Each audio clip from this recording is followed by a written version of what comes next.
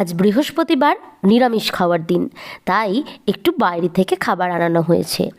2, 3, 4, 5, 6, 7, 8, 9, 10, 11, 12, 13,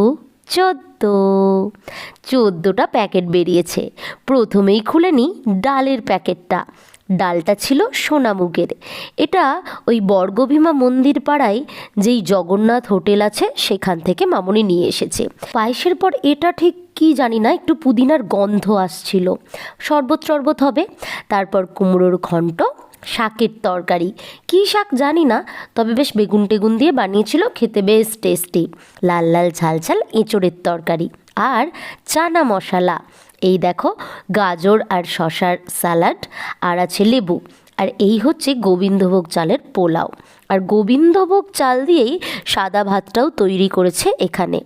এই হোটেলটিতে সম্পূর্ণ নিরামিষ খাবার দাবার পাওয়া যায়। আরও ছিল আলু ভাজা, টমেটোর চাটনি এবং সবশেষে পাঁপড় ভাজা।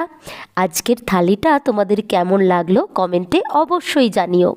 এই থালিটা ওই শাকের ঘন্ট ছাড়া ছিল 100 টাকার, আর পরে ওই শাকের ঘন্ট আর একটুখানি এক্সট্রা এঁচড় নিয়ে 150 টাকা লেগেছে। ভিডিওটা মন দিয়ে দেখেছো তো? তাহলে বলো প্যাকেট থেকে কটা খাবারের প্যাকেট বেরিয়েছিল?